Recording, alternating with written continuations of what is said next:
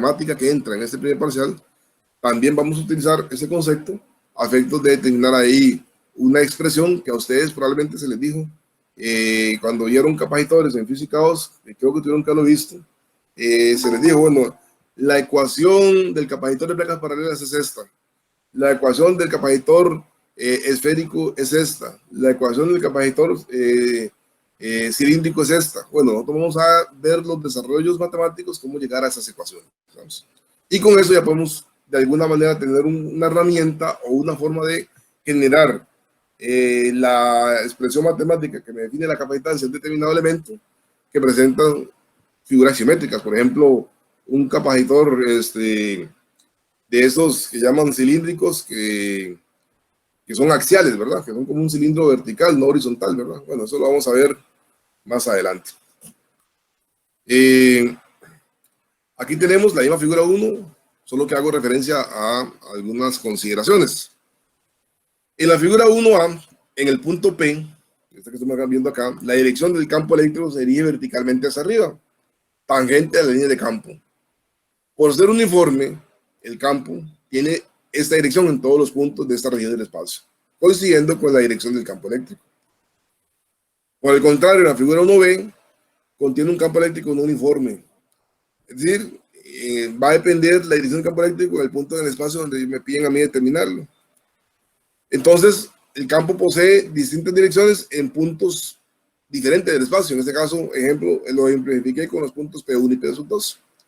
En todos los casos, aplico la definición, la propiedad que vimos, que se traza una línea tangente en dicho punto y la dirección de esa línea tangente es la dirección del campo eléctrico. Eso es lo que yo aplico aquí. Por esa razón, el E1 tiene esta dirección y el E2 tiene esta dirección. Vamos. Para líneas de campo eléctrico que poseen esta propiedad, deben también trazarse de modo que dicha línea de campo comiencen en las cargas positivas y terminen en las cargas negativas. Ok, ustedes conocen el concepto de dipolo eléctrico.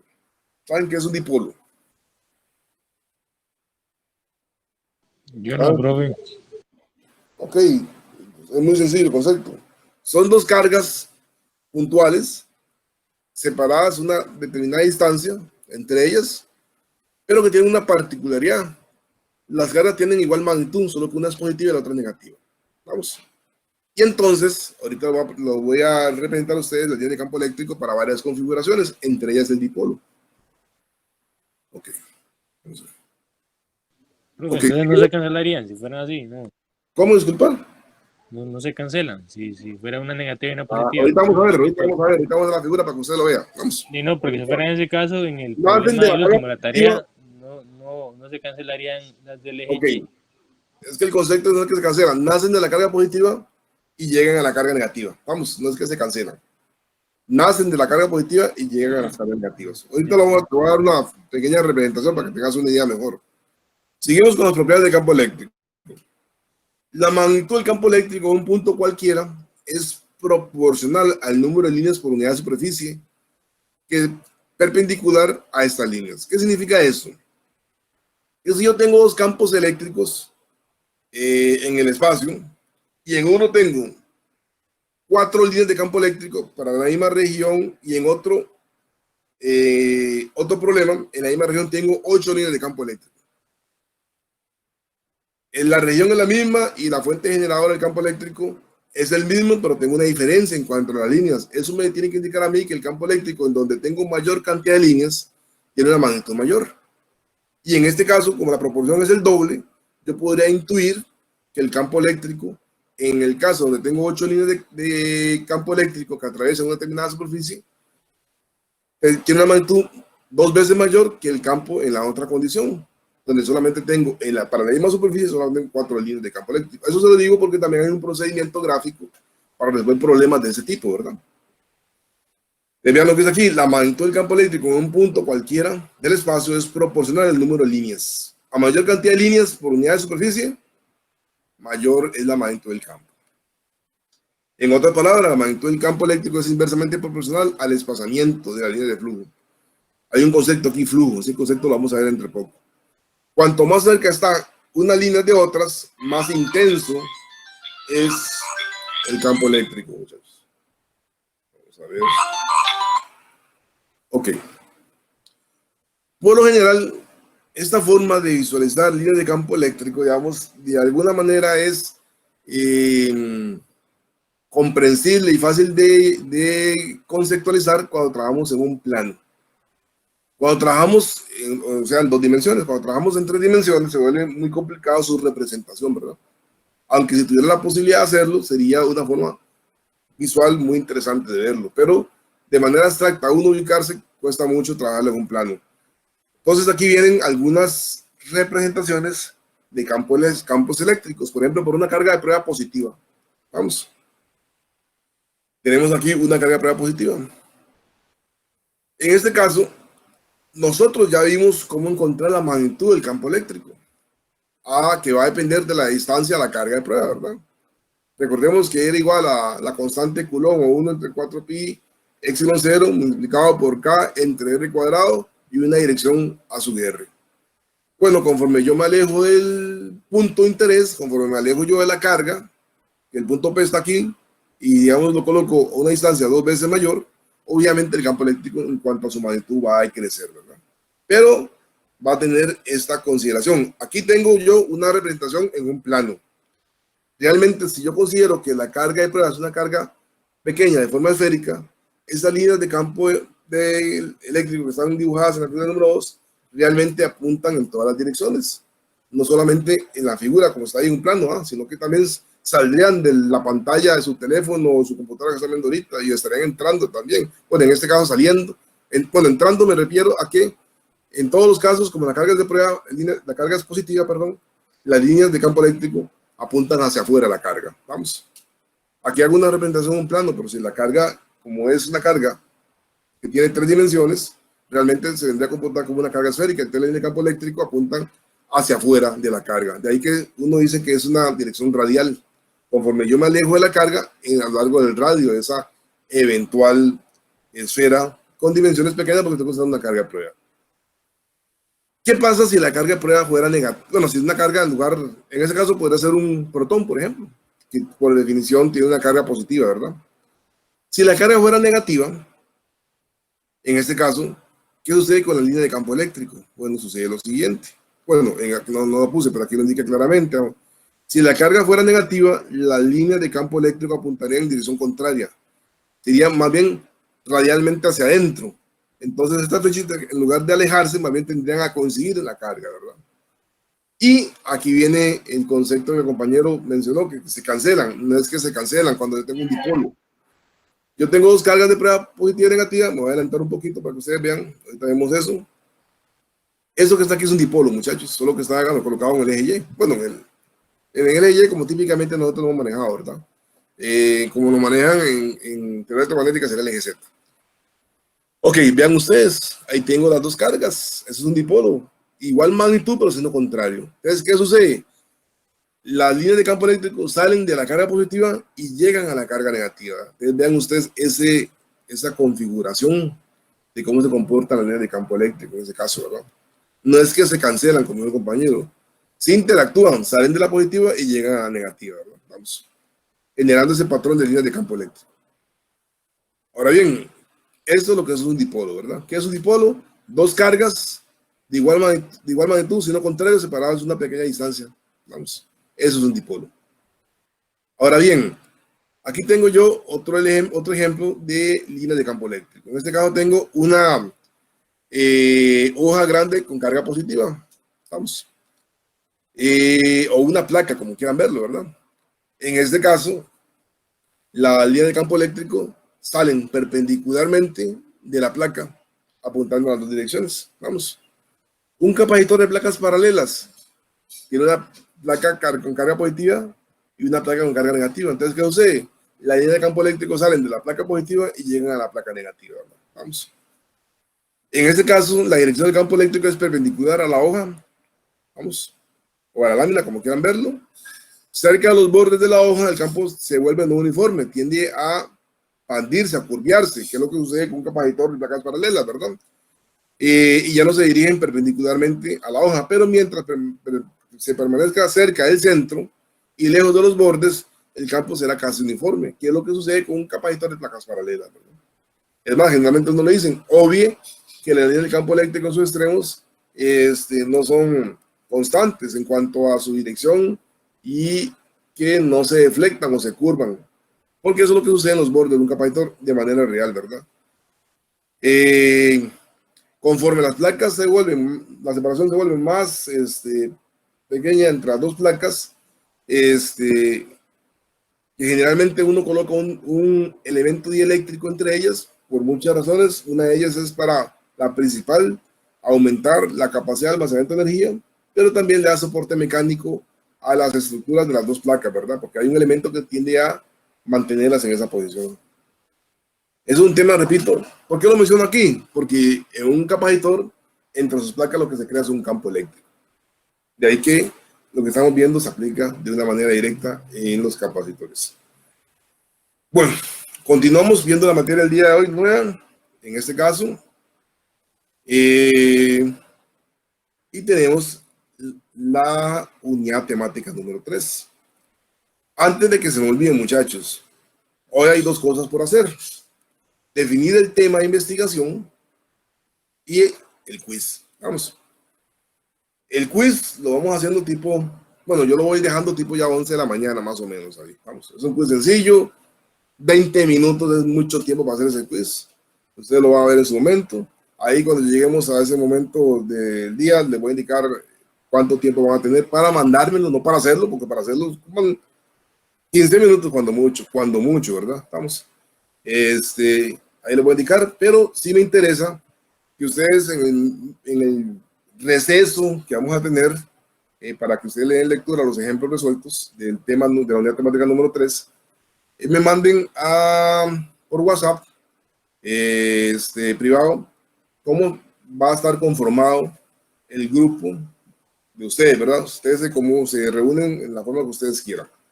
Eso es porque tenemos que hacer una rifa para escoger el tema. ¿Okay? Esa rifa yo la hago, ustedes me van a ver a mí. Conforme me van llegando a mí los grupos conformados, le voy asignando un número a cada grupo. Y tengo una lista de temas. Cada tema tiene un número. Entonces digo, grupo número 1, conformado por X, Y, Z estudiantes. Bueno, vamos a ver, meto ahí, le corresponde en este caso sacar el primer número de la rifa, por así decirlo, ¿verdad? Y dependiendo del número, me voy a la tablita que yo voy a definir, que ya tiene un número, y ese va a ser el tema por desarrollar, ¿verdad? Como en este curso, bueno, ahí después lo menciono. Esto va a ser la mecánica, entonces conforme me vayan mandando ustedes cómo se conforman los grupos, así yo lo voy asignando un número para que vayan en el orden de sacar de una bolsa el número que le va a definir el tema de investigación a ustedes. Si ustedes revisan, el tema de investigación tiene un porcentaje bastante alto, ¿no? Entonces va a tener una particularidad que se la va a mencionar cuando lleguemos a esa etapa, que sería después del receso, ¿no? Entonces lo menciono para que lo tengan presente. Una pregunta, ¿de cuántos grupos es el? Tres personas, estamos. Tres personas. Ok, entonces vamos a hablar en este caso de la densidad de flujo y ley de Gauss. Okay. Vamos a introducir conceptos nuevos. Y empezamos por el concepto de flujo de campo eléctrico. Ok, ahorita un momentito nada más.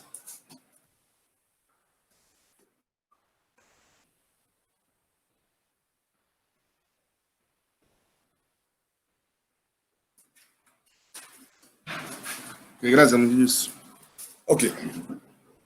La ley de Gauss, como les digo, es la primera ley del electromagnetismo. Cuando vimos los conceptos de divergencia rotacional en la unidad temática número 1, al puro final, después ustedes, bueno, todo lo que vamos a ver en el curso se resuelve en cuatro ecuaciones básicas. La primera de esas cuatro ecuaciones es esta que estamos viendo acá, la ley de Gauss. Ok, dice aquí que la ley de Gauss proporciona otra manera de calcular los campos eléctricos. Antes de explicar la ley de Gauss, se tenía que definir y explicar una nueva variable física, llamada de flujo y densidad de flujo eléctrico. Ok, ¿qué es el concepto de flujo eléctrico? Lo asociamos con esa letra del alfabeto griego. Es una medida del número de líneas de campo eléctrico. Entonces vean ustedes el concepto, número de líneas de campo eléctrico que atraviesan cierta superficie. Se considera inicialmente un campo eléctrico uniforme, tanto en magnitud como en dirección. Vamos, simplifica enormemente los cálculos. El flujo eléctrico matemáticamente se define en términos de un nuevo concepto llamado, o campo vectorial denominado densidad de flujo eléctrico. También se le conoce como desplazamiento eléctrico. Se denota con la letra D. Cuando ustedes vean una letra que está en negritas es porque es un vector. Vamos. Y se define de la siguiente forma. Entonces, el flujo eléctrico es igual a la integral de d.ds. Esa integral es una integral, en este caso, de línea, como lo vamos a ver más adelante. D, por definición, la densidad del flujo eléctrico es el campo eléctrico multiplicado por la permitividad del vacío. Vamos, 8.85 por 10 a la menos 12, ese es el valor de E sub 0.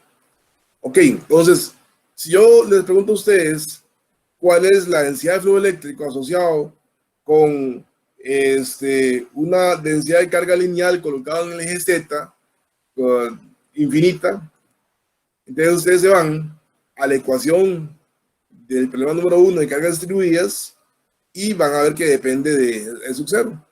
Entonces simplemente lo multiplican y hay una cancelación.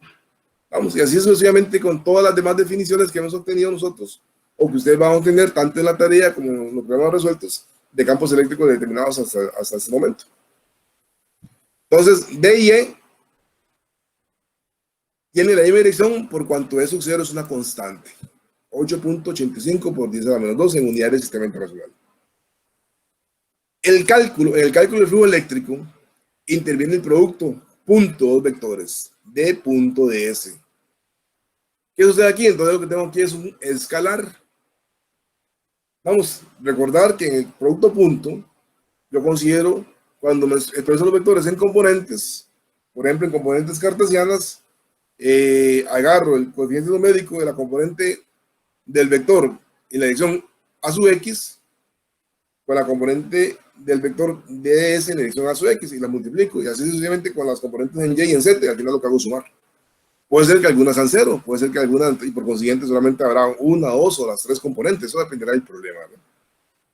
En este caso vamos a darnos cuenta que por lo general trabajamos solamente con una componente. Ok.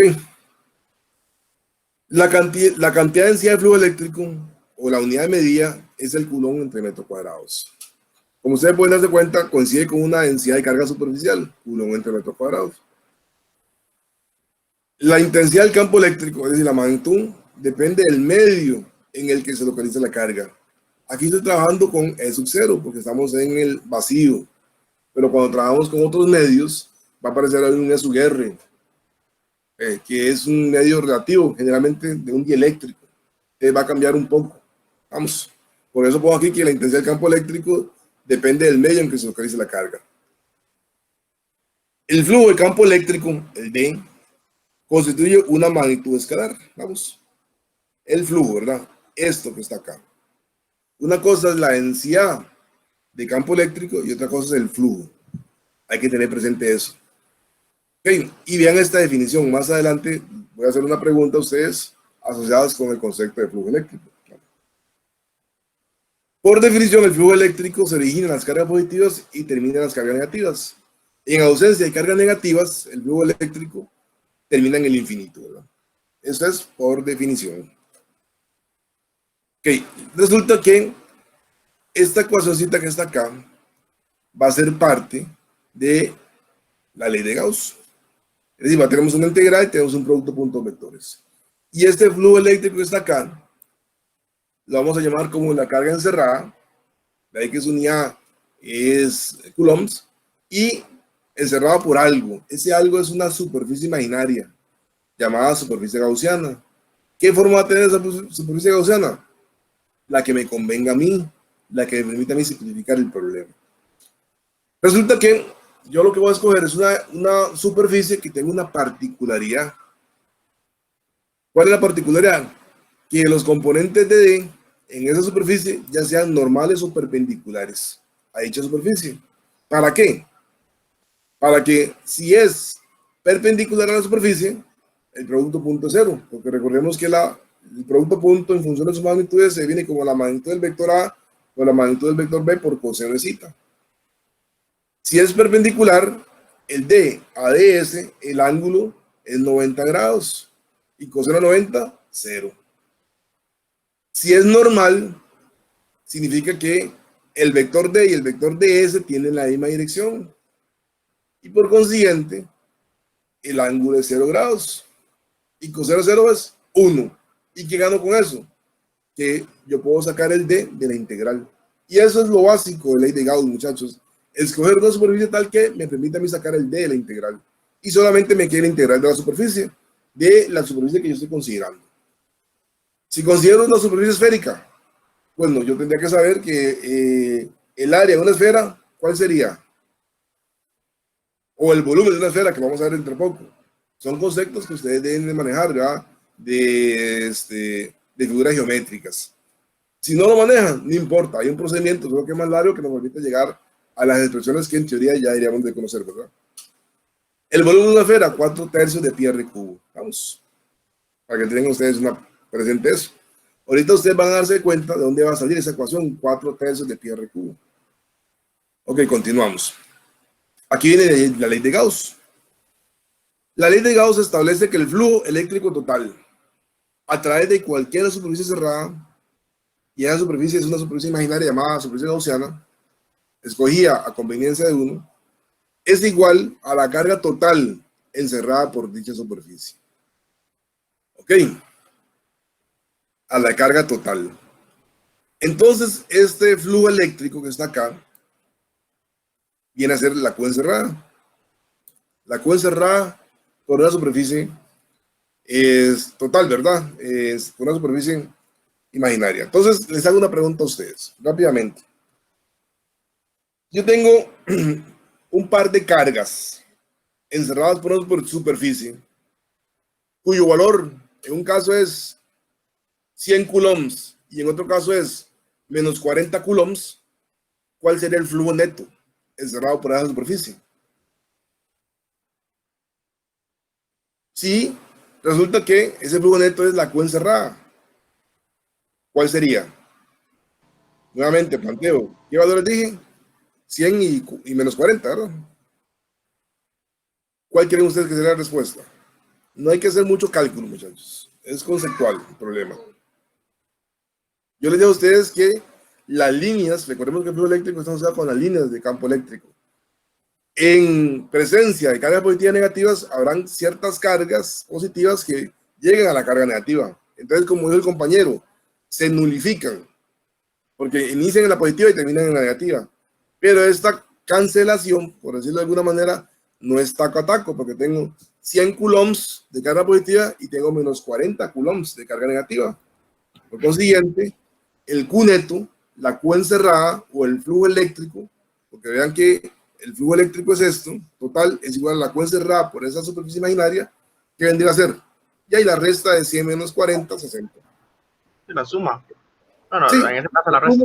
la suma con la carga negativa, vamos. Y al O final... sea, profe, es como el sobrante, por así decirlo, de lo que de lo que queda con la resta de los menos 40. Ok, si yo tengo dos cargas encerradas en una superficie, 10 y menos 10, ¿cuál es el flujo neto? 0. 0. Exactamente, 0. Vamos, 0.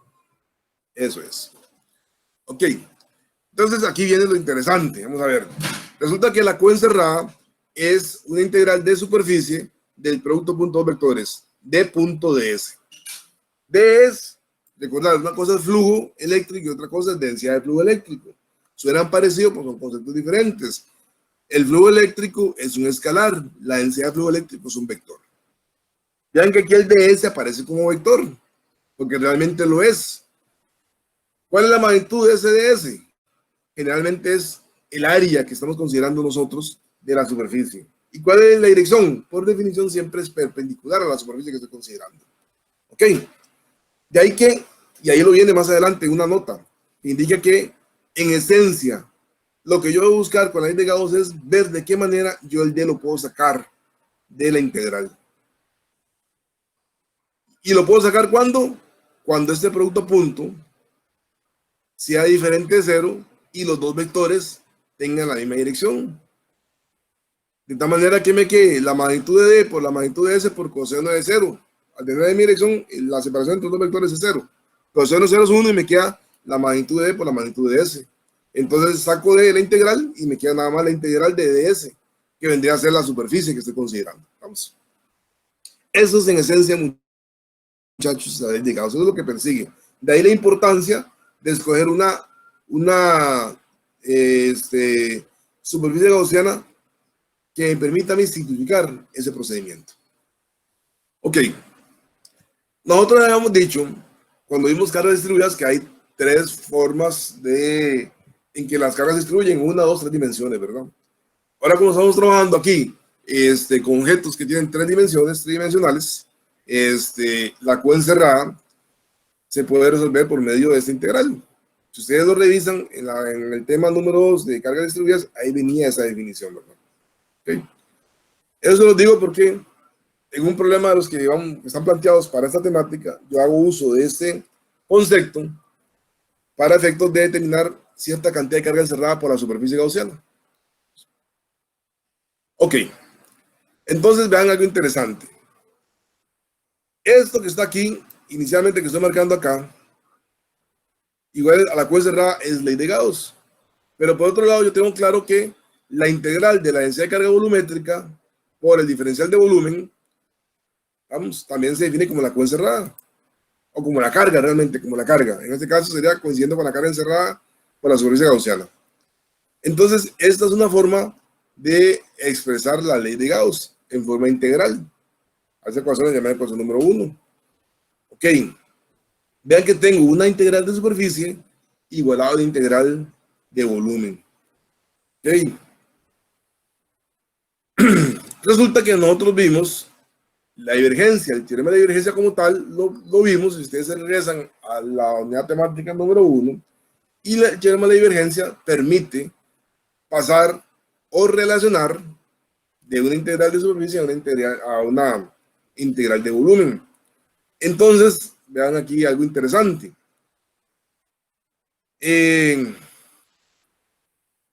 Como les mencionaba previamente, en la ley de Gauss, la capacidad de sacar de la integral, que se saca ya cuando estos son escalares, vean que aquí están como vectores, ¿verdad? Es la clave para hallar la densidad de flujo eléctrico D, y como D es igual a E sub 0 por E, por ende, si encuentro esto, estoy encontrando el campo eléctrico. Simplemente teniendo en cuenta que el campo eléctrico es D entre E sub 0, dado que la densidad de flujo eléctrico es igual a E sub 0, permitida en el vacío, por el campo eléctrico. Entonces, si yo de alguna manera encontré D, el campo eléctrico asociado a ese D simplemente es agarrar el valor D y dividirlo entre E sub 0. Y ya automáticamente tengo el campo eléctrico en dicho punto en el espacio, asociado a una distribución de cargas. Vamos. Aplicando el teorema de la divergencia a la integral de superficie, esta que está acá, se tiene lo siguiente, y aquí tengo. Vamos.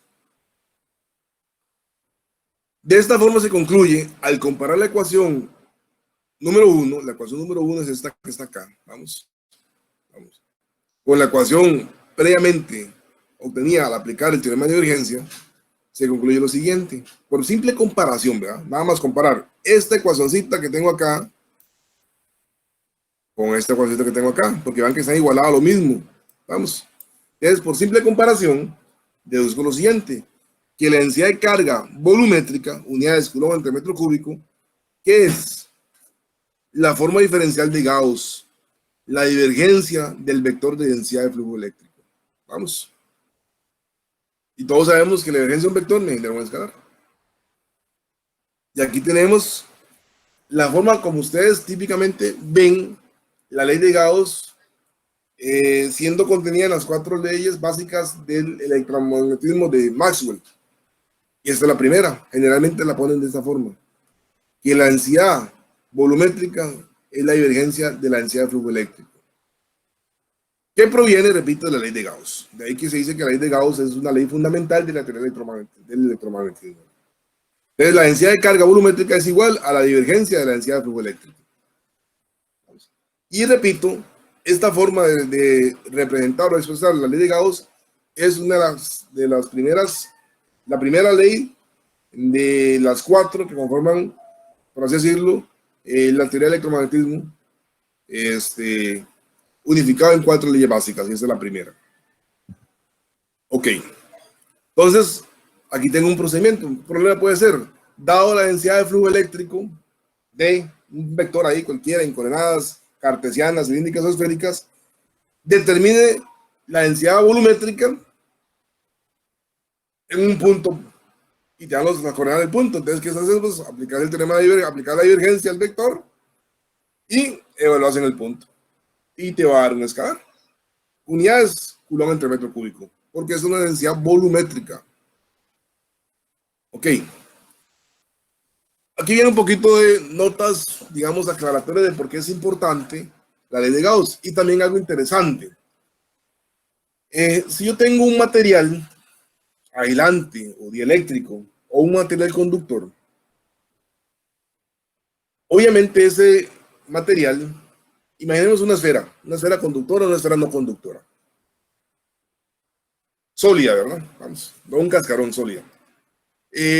Obviamente, si yo agarro una fracción de ese volumen, de esa esfera, va a tener igual cantidad de cargas positivas como negativas, porque eléctricamente la esfera tiene, o cualquier objeto eléctricamente tiene carga igual cero, ¿verdad? Tenemos igual cantidad de cargas positivas como negativas. En condiciones estáticas, ¿verdad? Dinámicas es cuando yo hago circular la corriente eléctrica, ya es otra historia. Resulta que, si yo a esta esfera le agrego carga, el cómo esa carga interactúa en la esfera va a depender si la esfera es aislante o dieléctrica o si es conductora. Si es conductora, ese exceso de carga adicional que le estoy agregando a la esfera se va a la superficie de la esfera. Si es aislante o dieléctrica la esfera, la carga queda confinada en el volumen de la esfera. Ok, entonces si yo tengo, por ejemplo, una esfera que tenga un exceso de carga igual a 100 nanocoulombs, esos 100 nanocoulombs van a estar en la superficie de la esfera si esta es conductora. En su interior, nada. Si es dieléctrica, esos 100 nanocoulombs se distribuyen en todo el volumen de la esfera. Vamos, eso viene más adelante. Y es importante tenerlo en cuenta porque hay problemas donde dicen ustedes, el elemento es dieléctrico o es conductor. Y dependiendo de eso, el problema se simplifica enormemente, ¿verdad? Para que ustedes tengan una idea, el último problema que tienen ustedes resuelto el día de hoy, de los problemas resueltos, hace referencia a una esfera dieléctrica o una esfera aislante. Y le piden calcular el campo eléctrico al interior de la esfera y al exterior de la esfera. Si ese problema hubiera sido una esfera conductora, el campo eléctrico al interior de la esfera conductora es muy sencillo. Cero. ¿Por qué razón? Porque por ley de Gauss, escojo una superficie que me permite a mí simplificar el problema. Como en este caso tengo una esfera, la superficie que yo voy a escoger, casi que es obvio, casi que a gritos me lo dice el problema, es una superficie esférica también, con un radio menor al de la esfera que estoy considerando. Si la esfera que estoy considerando tiene un radio A, R en este caso, para estar dentro de la esfera, sería R menor que A. Esta esfera o superficie gaussiana que yo me estoy imaginando que está en el interior de la esfera de radio A, ¿qué carga va a contener o qué carga va a encerrar si la esfera es conductora? La respuesta es cero. ¿Por qué? Porque el exceso de carga se va a la superficie si esta es conductora. Entonces, como estoy dentro de la esfera, la superficie imaginaria que yo no estoy en mi mente dibujándola, no encierra carga alguna. Obviamente dirán ustedes, profe, pero ahí encierra átomos constituyentes de la esfera, estamos claros. Pero esos átomos tienen igual cantidad de carga positiva y negativa en su conjunto. Es cero. Se cancelan entre sí. Porque recordemos que son eléctricamente neutros. Cuando yo hablo de un exceso, que le agrego carga adicional, ese exceso, si la esfera es conductora, se va a la superficie. Si es dieléctrica, esa carga adicional que yo agregué se distribuye en todo el volumen de la esfera. Entonces, esos 10 nanocoulombs que yo estoy imaginando, porque lo distribuye ahí, yo no sé cuánto va a contener la esfera. Puede ser 7, 6, 5, va a depender del radio. Es lo conveniente de generar una expresión matemática, que es parte de lo que van a ver ustedes con Gauss. Pero vean ustedes la diferencia de darme cuenta de ante qué objeto estoy trabajando yo. Una cosa es un material conductor y otra cosa es un material aislante. Si es conductor el objeto, el exceso de carga se va a la superficie de ese objeto. Si me piden calcular el campo eléctrico en el interior del objeto, automáticamente la respuesta es 0. ¿Por qué? Porque por Gauss, la superficie gaussiana que yo estoy considerando no encierra carga alguna. ¿Sabes? Y es 0 por lo siguiente, vamos. No es que sea 0 todo este cálculo que está acá, sino que 0 es la Q encerrada. Usted va a llegar y va a despejar todo esto para al final igualar a 0 y darse cuenta que es 0. Vamos. Entonces, uno gana tiempo al darse cuenta de que el objeto, si es conductor, el exceso de carga se va a la superficie. Si ya es dieléctrico o aislante, ya no puedo decir que es 0. Tengo que meterme a generar una ecuación que dependa o relacione los radios. El radio A de la esfera, que totaliza toda la carga, en el ejemplo yo imaginario puse 10 nanocoulombs, con un radio R de la superficie gaussiana que yo estoy imaginando, que va a contener una fracción de esos 10 nanocoulombs. ¿Qué fracción? Va a depender de cómo se relacionan los radios, ¿verdad? Vamos. Eso lo dejamos para un problema posterior. Eso lo menciono para que lo tengan claro, ¿verdad? O más o menos tengan una idea. Entonces, razones de la importancia de la ley de Gauss. La ley de Gauss es un enunciado alternativo a la ley de Coulomb. ¿Por qué dicen ustedes eso? Porque yo puedo encontrar la densidad de flujo eléctrico y por ende puedo encontrar el campo eléctrico. Y si encuentro el campo eléctrico, por ende puedo encontrar la fuerza de origen eléctrico. Recordemos que el campo eléctrico es la fuerza entre Q. Si yo tengo E, simplemente F por Q. Y tengo automáticamente la fuerza de origen eléctrico. La ley de Gauss proporciona una manera fácil para obtener el campo eléctrico o la densidad de flujo eléctrico para distribuciones de cargas simétricas, con una carga puntual, una carga lineal infinita, una carga superficial cilíndrica o infinita o ya una distribución de carga esférica. Ahí es donde uno utiliza, digamos, con mayor propiedad la ley de Gauss. ¿Por qué? Porque vuelvo e insisto, y lo menciono aquí en la diapositiva anterior. La capacidad de sacar de la integral, esta que está acá, es la clave para hallar la densidad de flujo eléctrico por medio de la ley de Gauss. Y entonces, esa es la importancia o lo básico de la ley de Gauss. ¿Cómo yo saco ese D? Y ese D lo saco en función de la superficie que yo estoy considerando. Notas. Una distribución de carga continua posee simetría rectangular si depende solo de X, o bien de Y o bien de Z, es decir, en una sola dimensión. Simetría cilíndrica si depende solo de ρ, la densidad, en este caso, el radio del cilindro en coordenadas cilíndricas. Y esférica si depende solo de R, ¿verdad? Si es independiente de zeta y phi. Recordar que entre ρ y R hay una diferencia enorme. Algunos autores a veces utilizan la misma letra para definir el concepto y son cosas diferentes. ρ en coordenadas cilíndricas es un vector que sale del eje Z perpendicular hasta donde llega el cilindro. Y R en coordenadas esféricas sale del origen hasta el radio de la esfera, ¿verdad? Entonces, como pueden darse cuenta ustedes pueden ver la imagen cuando vimos coordenadas esféricas, la diferencia entre R y ρ, ¿verdad? Al utilizar la ley de Gauss como ley fundamental de electrostática, es decir, cargas que no se mueven o que tienen un movimiento muy, muy lento, es posible diseñar un sistema de ecuaciones para todos los fenómenos electrostáticos que ilustra más claramente la relación entre el campo eléctrico y el magnético, que fue lo que hizo Maxwell y planteó 4 ecuaciones básicas, ¿verdad? La ley de Gauss es válida en el caso de cargas de movimiento, es lo interesante, mientras que la ley de Coulomb se aplica solo a cargas que se hallan en reposo o bien que se desplazan con mucha lentitud. Entonces, vean cómo Coulomb me restringe, mientras que Gauss me genera. Ahora bien, tenemos claro que Gauss me define D, densidad de flujo eléctrico, que a su vez se relaciona con E, campo eléctrico, y que yo sé que E a su vez se relaciona con la fuerza de origen eléctrico. Recordemos que F es Q por E. Vamos, de ahí que uno relaciona a Gauss con la fuerza, o con la ley de Coulomb, por esa relación que yo acabo de mencionar, ¿verdad? Vamos. No es que automáticamente usted aplica a Gauss y automáticamente le da fuerza. No, es que usted saca esas relaciones. Con Gauss encontrar D. D a su vez se asocia con E por medio de la relación D es igual a E sub 0 por E. Recordar que D es densidad de flujo eléctrico. E sub 0 es la permitida en el vacío y es el campo eléctrico. Si encontré D, ya encontré E. Y si encontré el campo eléctrico, me voy a la definición. ¿Qué es fuerza de origen eléctrico? La carga por el campo eléctrico. De ahí que típicamente ustedes en las lecturas de los libros van a decir que Gauss la comparan con Coulomb. Y ustedes dicen, ¿pero cómo? Si en ningún momento aparece la fuerza en Gauss. Ya les dije a ustedes por qué razón. Vamos. Porque realmente es lo que, la ley de Gauss lo que proporciona es el cálculo de D, la densidad de flujo eléctrico. Pero esto se asocia con el campo eléctrico y a su vez el campo eléctrico se asocia con la fuerza de origen eléctrico.